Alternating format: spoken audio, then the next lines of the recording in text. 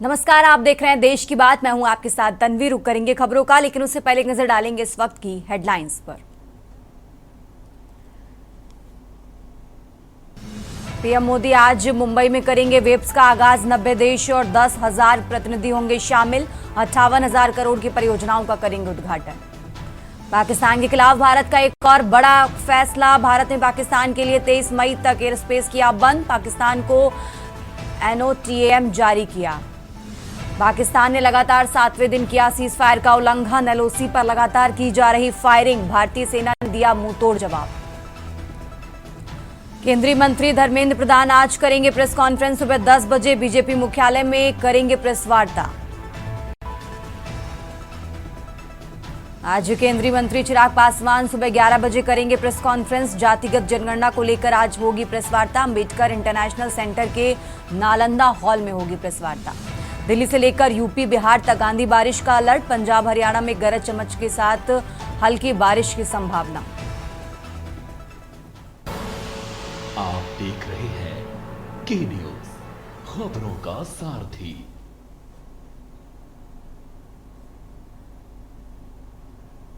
और अब रुक करते हैं खबरों का और देश की बात की शुरुआत करते हैं दिल्ली की खबर से। दिल्ली से बड़ी खबर आपको बता रहे हैं। पीएम मोदी आज महाराष्ट्र की मुंबई के दौरे पर हैं।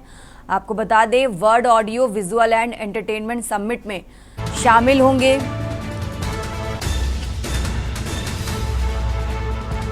तो ये बड़ी खबर आपको बता रहे हैं। सुबह करीब 10:30 बजे समिट का उद्घाटन करते नजर आएंगे प्रधानमंत्री नरेंद्र मोदी। जियो इंटरनेशनल कन्वेंशन ऑडिटोरियम में इस कार्यक्रम का आयोजन किया गया है और कार्यक्रम की अध्यक्षता करेंगे प्रधानमंत्री नरेंद्र मोदी। तो दिल्ली से बड़ी खबर आपको बता रहे हैं। 4 दिवसीय मीडिया और मनोरंजन जगत का ये कार्यक्रम है और इस कार्यक्रम की अध्यक्षता करेंगे प्रधानमंत्री नरेंद्र मोदी।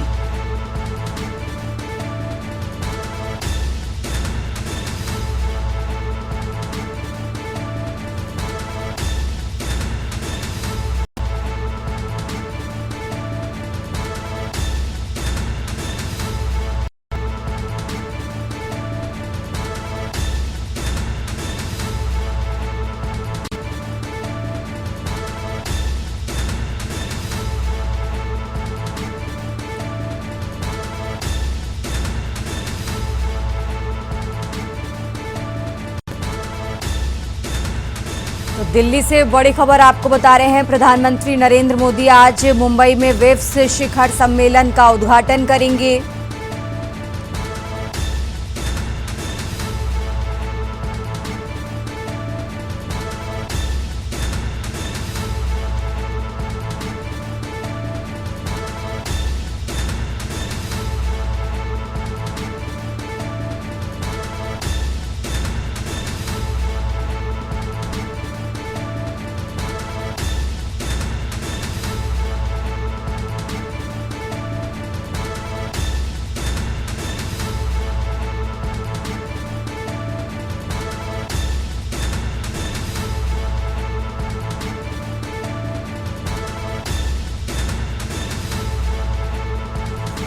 और इसी खबर पर ज्यादा जानकारी के लिए हमारे साथ दिल्ली से विशेष संवाददाता अखिलेश जी हमारे साथ जुड़ चुके हैं। अखिलेश जी, आज ग्लोबल ऑडियो विजुअल और मनोरंजन सम्मेलन का आज उद्घाटन करते नजर आएंगे प्रधानमंत्री नरेंद्र मोदी। सबसे पहले इस कार्यक्रम से जुड़ी खास बातें दर्शकों को बताएं।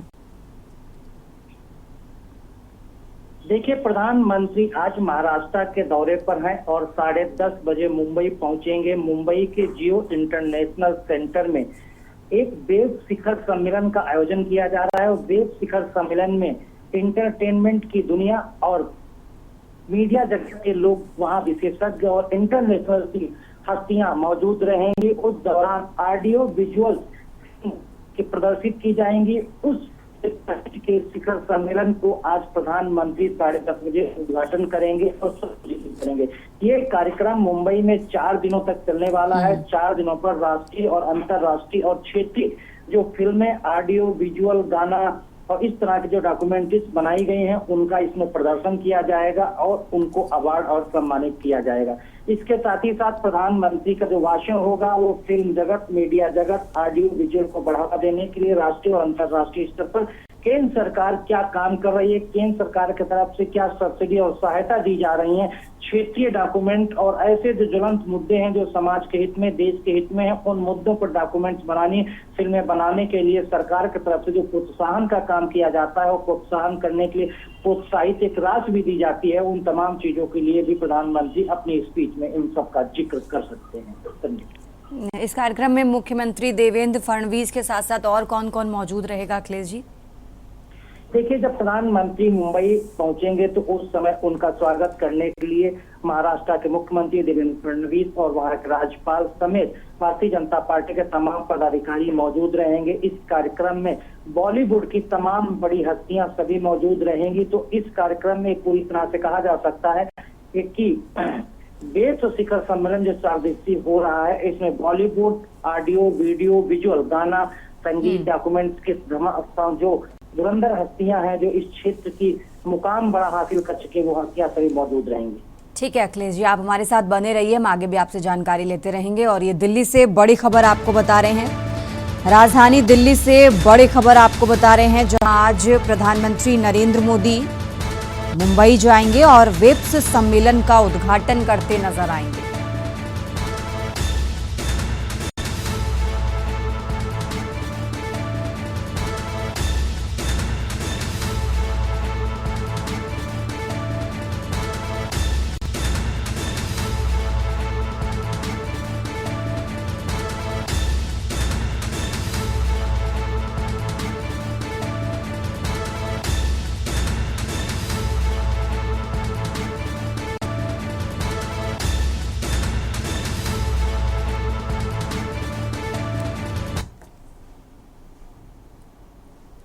खबरों में आगे बढ़ते हैं। दिल्ली से एक और बड़ी खबर आपको बता रहे हैं, आज केंद्रीय मंत्री चिराग पासवान प्रेस कॉन्फ्रेंस करेंगे। जातिगत जनगणना को लेकर आज प्रेस वार्ता करते नजर आएंगे केंद्रीय मंत्री। दिल्ली से बड़ी खबर आपको बता रहे हैं, सुबह 11 बजे चिराग पासवान प्रेस कॉन्फ्रेंस करेंगे।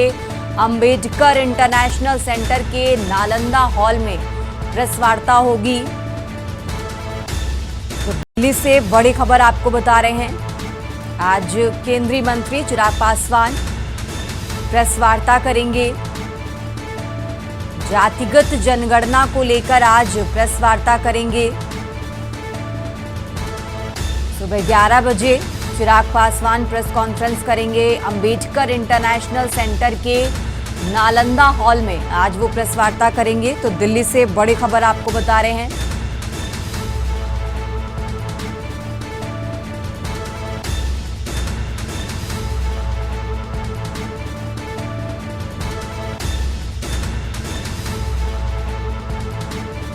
और ज्यादा जानकारी के लिए हमारे साथ अखिलेश जी लगातार जुड़े हुए हैं।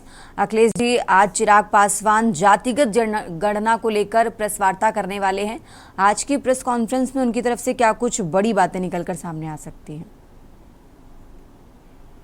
देखिए, जाति गणना और जनगणना जो होने वाली आगामी है, उसके साथ जाति की भी गणना होगी। उसके फॉर्म में जाति का एक कॉलम भी जोड़ा जाएगा।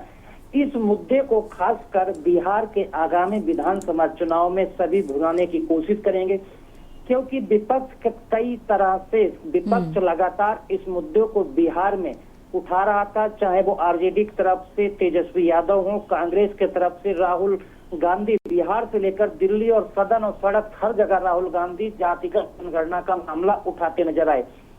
अब बिहार का आगामी कुछ ही दिनों बाद विधानसभा का चुनाव होना है। चिराग पासवान ये भी घोषणा कर सके हैं कि वो विधानसभा का बिहार में चुनाव लड़ेंगे और अपनी पार्टी के तमाम कैंडिडेटों को बिहार के विधानसभा चुनाव में उतारेंगे। तो इस मुद्दे को कोई भी नेता, कोई भी पार्टी अपने हाथ जाने देना नहीं चाहती है। हर पार्टी, हर नेता इस मुद्दे को भुनाना चाहती है और वो बताना चाहती है आम जनता को कि वो जातिगत जनगणना की मांग को लेकर उन्होंने केंद्र सरकार से कई बार बात की। वो समय समय पर इस मुद्दे को लगातार उठाते रहे। यही सभी चीजें आज चिराग पासवान जब प्रेस कॉन्फ्रेंस करेंगे तो वो कहेंगे कि बिहार के अंदर जातिगत समुदाय कौन कौन जातियां कितने कितने % के लगभग हैं, उनका अभी तक जो आधिकारिक तौर पर आंकड़ा है वो सरकार उसको इकट्ठा नहीं करती थी। अब सरकार उस आंकड़े को इकट्ठा करेगी। जब अगली जनगणना होगी तो उसमें जाति की भी गणना का कॉलम शामिल किया जाएगा। तो उसके बाद एक एक्चुअल संख्या देश के अंदर निकल के आएगी। और खासकर बिहार से चिराग पासवान आते हैं और चुनाव भी वहीं से लड़ेंगे और वहीं से अपनी कैंडिडेट पार्टी के लड़ाएंगे, लोक जनशक्ति पार्टी के कैंडिडेट वहां उतारेंगे। तो कहा जा सकता है कि आगामी बिहार विधानसभा चुनाव के मद्देनजर चिराग पासवान की ये बड़ी प्रेस कॉन्फ्रेंस आज दिल्ली के इंटरनेशनल अंबेडकर सेंटर में होगी और यहाँ पर वो बिहार से संबंधित जातियों के आंकड़े रख सकते हैं, प्रधानमंत्री नरेंद्र मोदी का धन्यवाद कर सकते हैं, केंद्र सरकार का आभार जता सकते हैं कि समय रहते उन्होंने जातिगत जनगणना का जो निर्णय लिया है वो जनता के हित में है, आम लोगों के हित में है। इसके लिए सरकार को धन्यवाद करना चाहिए। इस तरह की प्रेस कॉन्फ्रेंस करते नजर आ सकते हैं चिराग पासवान। बिल्कुल अखिलेश जी, आप हमारे साथ बने रहिए, हम आगे भी आपसे अपडेट लेते रहेंगे। और ये दिल्ली से बड़ी खबर आपको बता रहे हैं, सुबह 11 बजे चिराग पासवान आज प्रेस कॉन्फ्रेंस करते नजर आएंगे। आपको बता दें, जाति जनगणना को लेकर आज वो प्रेस कॉन्फ्रेंस करने वाले हैं। अंबेडकर इंटरनेशनल सेंटर के नालंदा हॉल में प्रेस वार्ता होगी। तो आज केंद्रीय मंत्री चिराग पासवान प्रेस कॉन्फ्रेंस करेंगे 11 बजे का समय, जब चिराग पासवान जाति जनगणना को लेकर प्रेस वार्ता करते नजर आएंगे।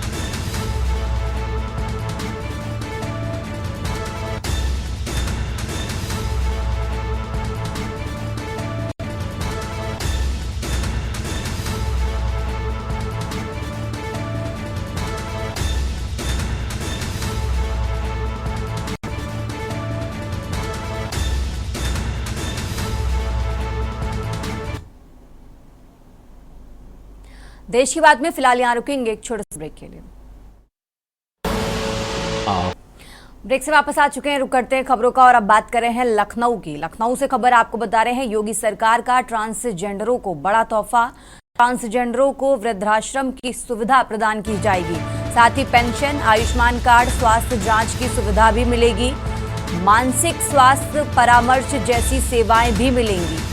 तो लखनऊ से बड़ी खबर आपको बता रहे हैं, राजधानी लखनऊ से अहम जानकारी आपको बता रहे हैं, जहां योगी सरकार का बड़ा फैसला सामने आया है।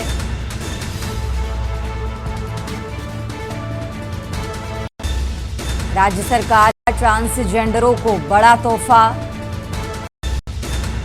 वृद्धाश्रम की सुविधा प्रदान की जाएगी और इसी के साथ पेंशन, आयुष्मान कार्ड, स्वास्थ्य जांच की सुविधाएं भी मिलेंगी। तो ये बड़ी खबर लखनऊ से आपको बता रहे हैं, मानसिक स्वास्थ्य परामर्श जैसी सेवाएं भी दी जाएंगी। तो राज्य सरकार का ये बड़ा फैसला सामने आया है, ट्रांसजेंडरों को योगी सरकार ने बड़ा तोहफा दिया है। लखनऊ से खबर आपको बता रहे हैं, वृद्धाश्रम की सुविधा प्रदान की जाएगी और इसी के साथ आपको बता दें, पेंशन, आयुष्मान कार्ड, स्वास्थ्य जांच की सुविधाएं भी मिलेंगी। तो योगी सरकार का ये बड़ा फैसला सामने आया है, ट्रांसजेंडर ये बड़ा तोहफा योगी सरकार ने दिया है।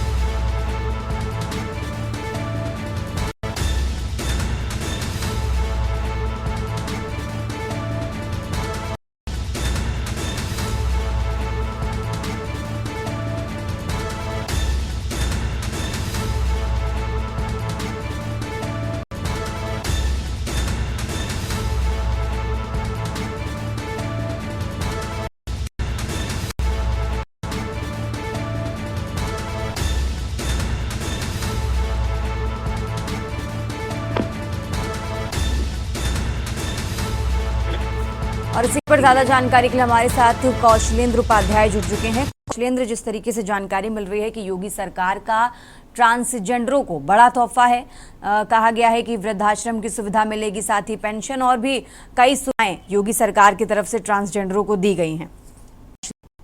जी बिल्कुल, देखिए आपको बताएं कि ट्रांसजेंडरों को जो सुविधा अभी तक मिल रही थी उससे आगे बढ़ते हुए योगी सरकार ने फैसला लिया, जिनके लिए वृद्धाश्रम की जो है इसकी व्यवस्था की जाए।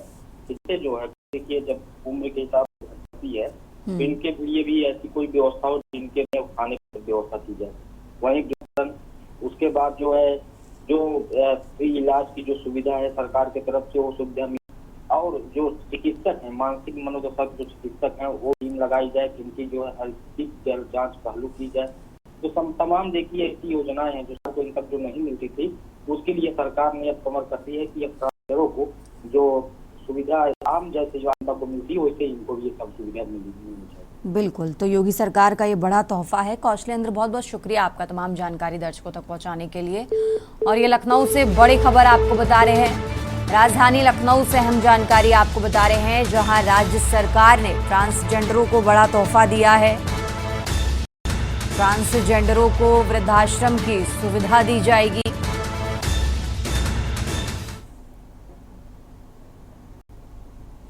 और चलिए खबरों में आगे बढ़ते हैं। लखनऊ से एक और खबर आपको बता रहे हैं। मुख्यमंत्री योगी आदित्यनाथ का आज का कार्यक्रम आपको बता दें, सुबह 9:15 पर सूचना विभाग की बैठक ली। 5 KD आवास पर सूचना विभाग की बैठक हुई है। अब 10:50 पर एयरफोर्स स्टेशन BKT पहुंचेंगे सीएम योगी आदित्यनाथ।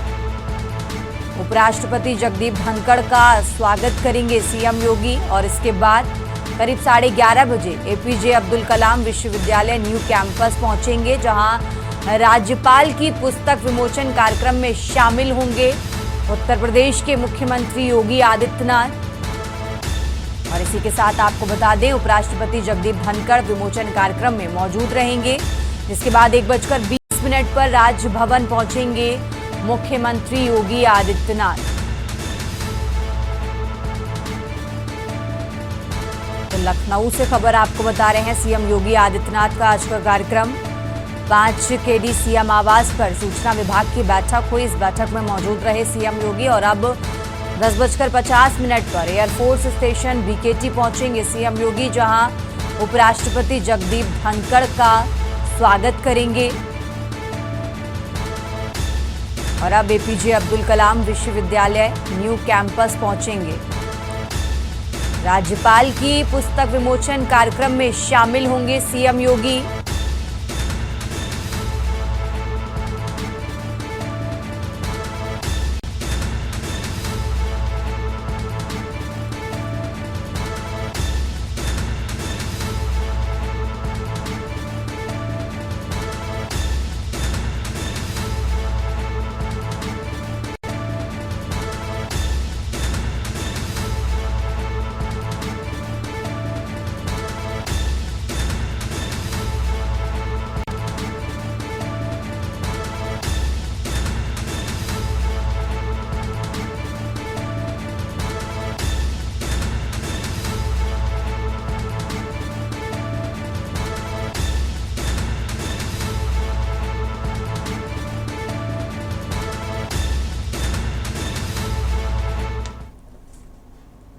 देश की बात में आगे बढ़ते बात कर रहे हैं लखनऊ की। रक्षा मंत्री राजनाथ सिंह 11 मई को उद्घाटन करेंगे। BrahMos aerospace project defence node का उद्घाटन करेंगे रक्षा मंत्री।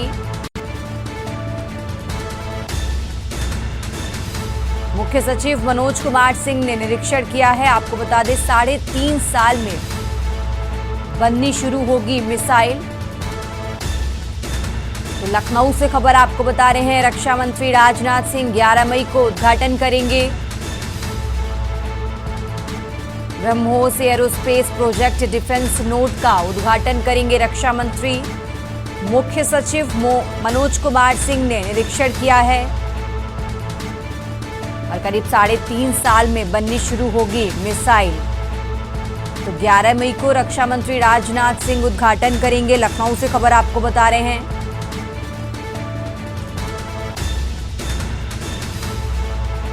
राजधानी लखनऊ से अहम जानकारी आपको बता रहे हैं। मुख्य सचिव मनोज कुमार सिंह ने निरीक्षण किया है।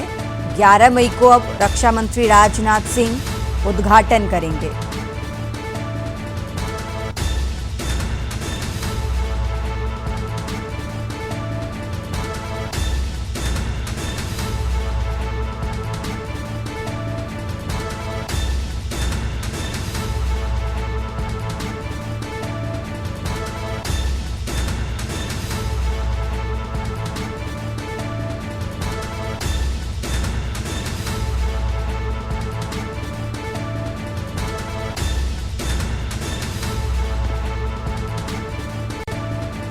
और इसी खबर पर ज्यादा जानकारी के लिए हमारे साथ कौशलेंद्र जुड़ चुके हैं। कौशलेंद्र, 11 मई को रक्षा मंत्री राजनाथ सिंह उद्घाटन करने वाले हैं।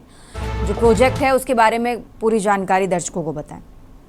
जी बिल्कुल, देखिए आपको बताया कि यूपी सरकार ने डिफेंस कॉरिडोर के तहत यहाँ पे एक ऐसी व्यवस्था की थी कि जहाँ पे कई मिसाइलें लखनऊ के आसपास ऐसे जगहों पे जो है बनाई जाएंगी, जिससे जो है जो रक्षा मंत्रालय है, रक्षा मंत्रालय को इसकी सहूलियत मिल सके। उसी के तहत देखिए जो है डिफेंस कॉरिडोर के तहत एक यहाँ पे जो है ब्रह्मोस बनाने की एक ऐसी जमीन की पहल की गई थी जहाँ पे कि कुछ मिसाइलों का निर्माण जो है यहाँ पे हो सके। लखनऊ में क्योंकि देखिए डिफेंस एक्सपो का कार्यक्रम हुआ था और डिफेंस एक्सपो में ही तय किया गया था कि कम से कम जो है लखनऊ उत्तर प्रदेश में भी ऐसी कुछ सुविधाएं हो जाए, चाहे उस जिस भी स्तर पे कि कई मिसाइलें जैसे अन्य राज्यों में बनती हैं वैसे उत्तर प्रदेश को भी ये सुविधा मिल सके। तो इसी के तहत में देखिए 11 मई को ब्रह्मोस मिसाइल का उसका उद्घाटन करेंगे, क्योंकि कई ऐसे साइट जो यहाँ पे आके उस जमीन को देखे और जो उनको इंफ्रास्ट्रक्चर था उसकी तैयारी में लगे हुए थे। इसी के चलते देखिए जो है यूपी सरकार ने डिफेंस एक्सपो का एक कार्यक्रम किया था जिसमें देश भर के तमाम नेता और जो रक्षा मंत्री है राजनाथ सिंह वो भी आए हुए थे। और राजनाथ सिंह का लखनऊ क्षेत्र संसदीय क्षेत्र है, इसलिए यहाँ बहुत महत्वपूर्ण था, उन्होंने ये सुविधा यहाँ और लखनऊ वासियों के लिए दे दी जाए। ठीक है कौशलेंद्र, बहुत बहुत शुक्रिया आपका तमाम जानकारी दर्शकों तक पहुंचाने के लिए। और ये लखनऊ से खबर आपको बता रहे हैं, राजधानी लखनऊ से अहम जानकारी आपको बता रहे हैं। 11 मई को रक्षा मंत्री राजनाथ सिंह उद्घाटन करेंगे। साथ ही मुख्य सचिव मनोज कुमार सिंह ने निरीक्षण किया है। 3.5 साल में बननी शुरू होगी मिसाइल।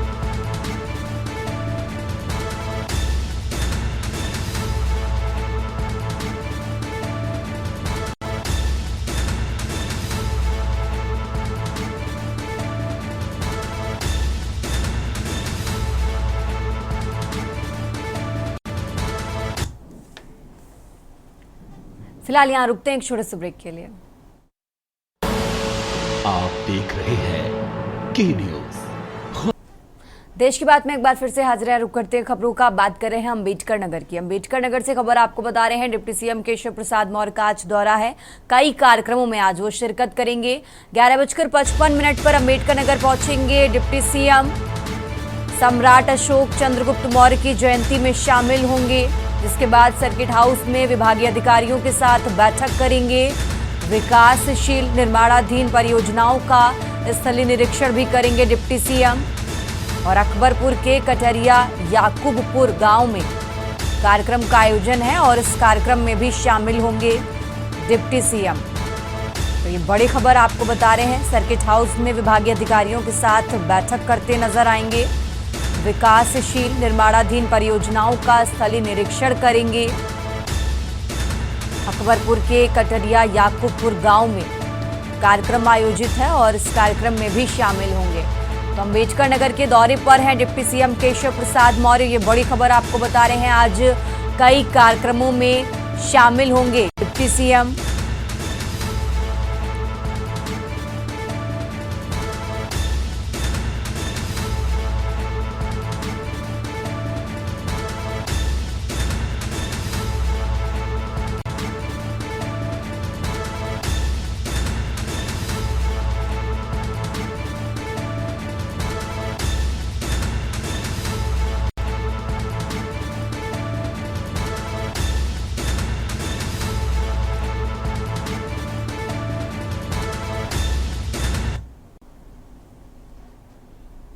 खबरों में आगे बढ़ते हैं और अब बात कर रहे हैं दिल्ली की। दिल्ली से खबर आपको बता रहे हैं, सीज फायर उल्लंघन से बाज नहीं आ रहा पाकिस्तान। बीती रात सीज फायर तोड़ पाक सैनिकों ने फायरिंग की। कुपवाड़ा, उरी व अखनूर की नियंत्रण रेखा पर गोलीबारी की गई। जम्मू कश्मीर सीमा पर लगातार फायरिंग जारी है। भारतीय सेना सीमाओं की सुरक्षा का मुंहतोड़ जवाब दे रही है। पहलगाम के आतंकी हमले के बाद से बेअंदाज हैं पाक सैनिक। तो दिल्ली से बड़ी खबर आपको बता रहे हैं, जम्मू कश्मीर सीमा पर लगातार फायरिंग की जा रही है। भारतीय सेना सीमाओं की सुरक्षा को दे रही मुंहतोड़ जवाब।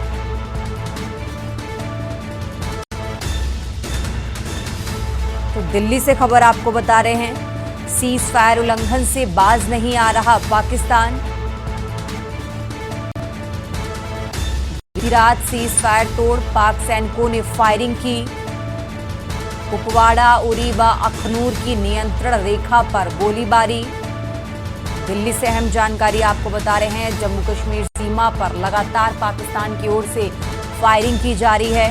कुपवाड़ा, उरी व अखनूर की नियंत्रण रेखा पर गोलीबारी जारी है।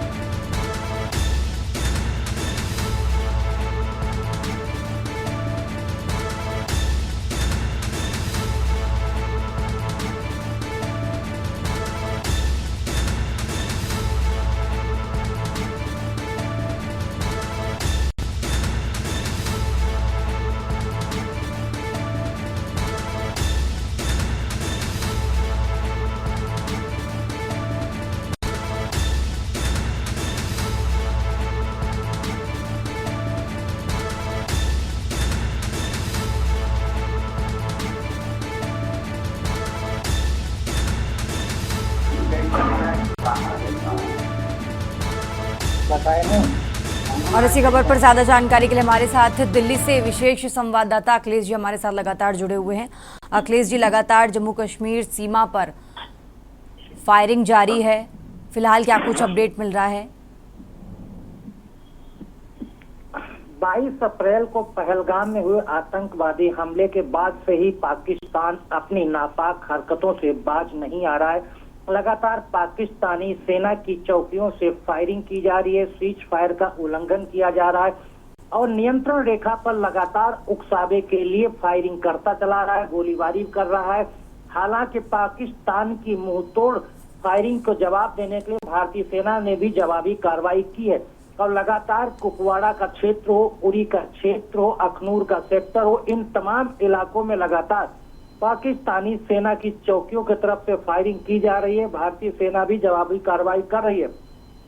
इसे इस तरह से भी देखा जा सकता है कि भारत और पाकिस्तान का जो आतंकवाद को लेकर लगातार तनाव दोनों देशों के बीच में बना हुआ है और भारत सरकार की तरफ सैन्य कार्रवाई करने का जिस तरह से ऐलान किया गया है कि पाकिस्तान की जमीन में और पाक अधिकृत कश्मीर के अंदर जो आतंकवादी बैठे हैं उनके लॉन्चिंग पैड चल रहे हैं, वहां पर ट्रेनिंग सेंटर चलाए जा रहे हैं और पाकिस्तान के अंदर मास्टरमाइंड और आतंकवादियों के जो आका बैठे हैं उनको खत्म करने के लिए भारतीय सेना कार्रवाई करेगी।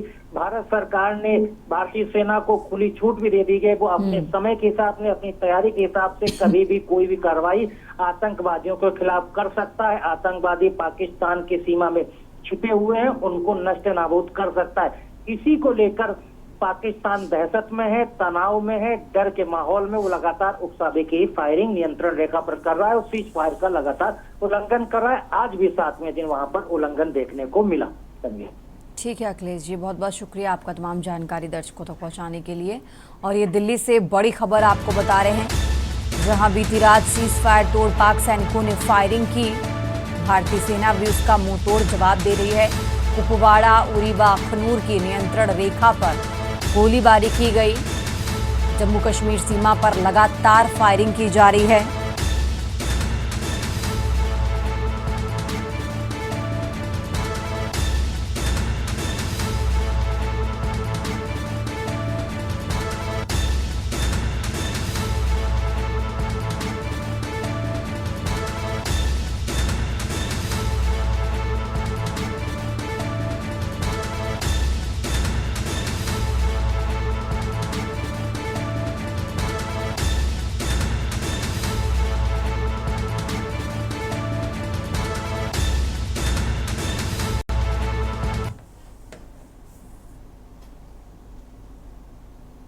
और अब खबर लखनऊ से है। लखनऊ से खबर आपको बता रहे हैं, आरएलडी युवा के पूर्व राष्ट्रीय अध्यक्ष सपा में शामिल होंगे।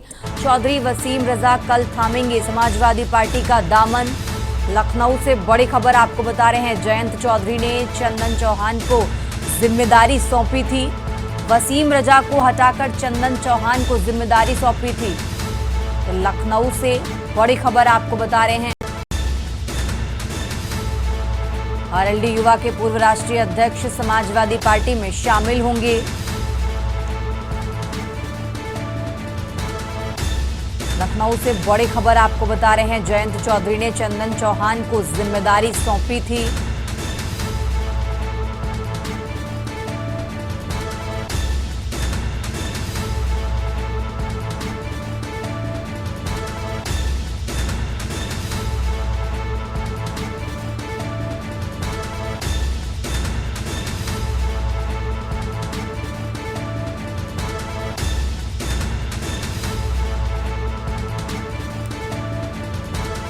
तो लखनऊ से अहम जानकारी आपको बता रहे हैं, आरएलडी युवा के पूर्व राष्ट्रीय अध्यक्ष समाजवादी पार्टी में शामिल होंगे।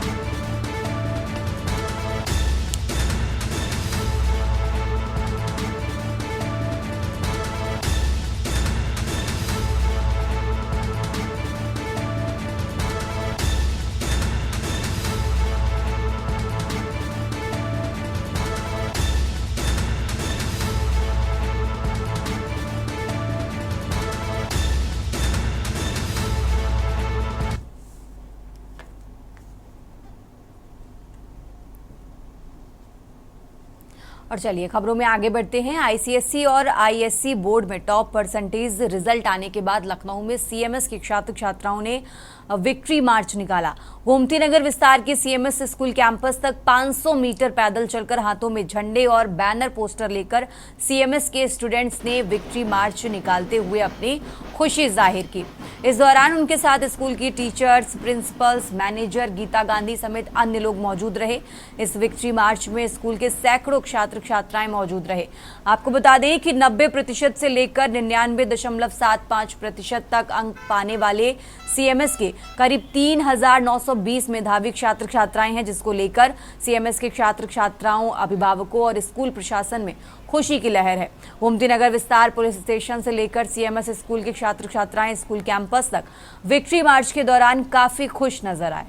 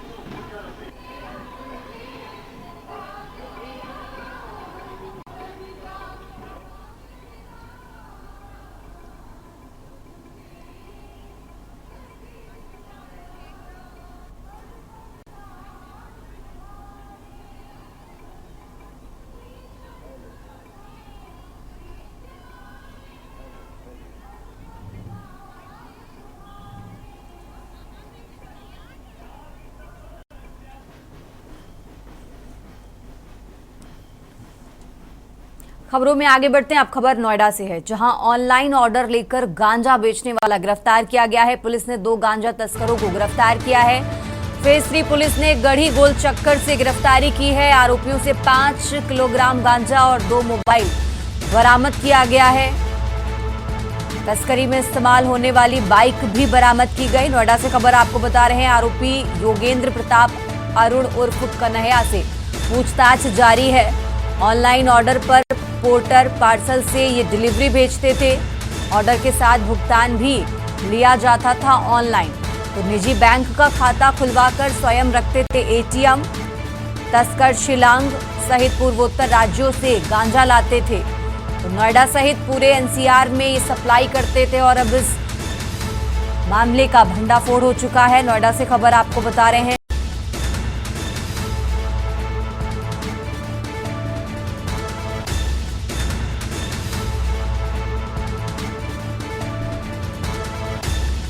नोएडा सहित पूरे एनसीआर में सप्लाई करते थे।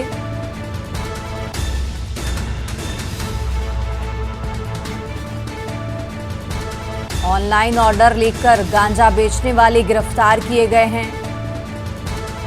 पुलिस ने 2 गांजा तस्करों को गिरफ्तार किया। नोएडा से खबर आपको बता रहे हैं।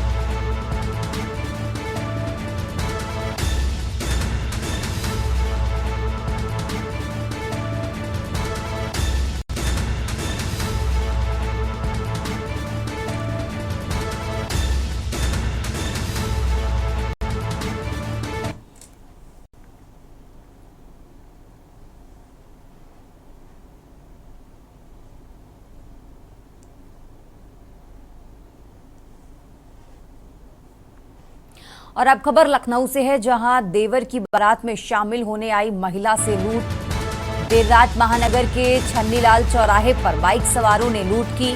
कैसरबाग निवासी पूर्णिमा सोनकर उर्फ पूनम से लूट की गई। बाइक सवारों ने गले से लूटा सोने का मंगलसूत्र और हार। मौके पर पहुंची पुलिस मामले की छानबीन में जुटी है। अज्ञात बाइक सवार लुटेरों के खिलाफ एफआईआर दर्ज की गई है। महानगर पुलिस ने एफआईआर दर्ज की। लखनऊ से खबर आपको बता रहे हैं। फिलहाल पुलिस पूरे मामले की जांच पड़ताल में जुटी हुई है।